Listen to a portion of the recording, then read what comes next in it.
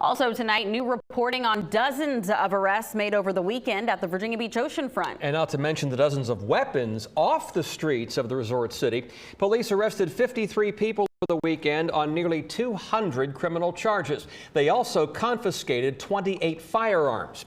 Tonight, we're hearing from the police chief about this roundup during the busy weekend at the beach.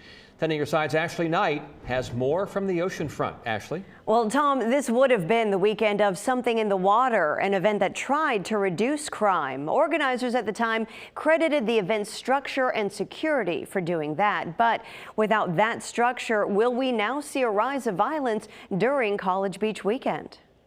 A criminal crackdown on the Oceanfront. 2 days later, folks visiting from out of town say they feel safe. It's a little alarming to hear, but I mean, everything seems picture perfect to me. This past weekend, commonly known as College Beach weekend, VBPD says they made 53 arrests and confiscated 28 firearms.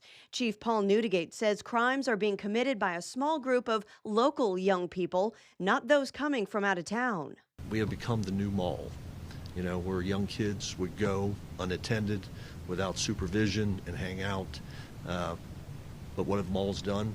They put some restrictions in place because of the disorder, but we're in a public venue and now we're forced to deal with it from a police perspective, and I think that's where we are. Many of those charges were drug-related, from marijuana possession to public intoxication, but others were more serious, carrying a concealed weapon and shooting a firearm in public. They say officers responded to several shots fired calls and one person who was shot in the 1400 block of Pacific Avenue. You would think to enjoy yourself and have a good time, but you're coming with an AR-15 type rifle slung to your chest. Still, he says the Oceanfront is a safe place to be and that overall crime is down. 2020, we had 65 Part 1 violent crimes committed in the resort area.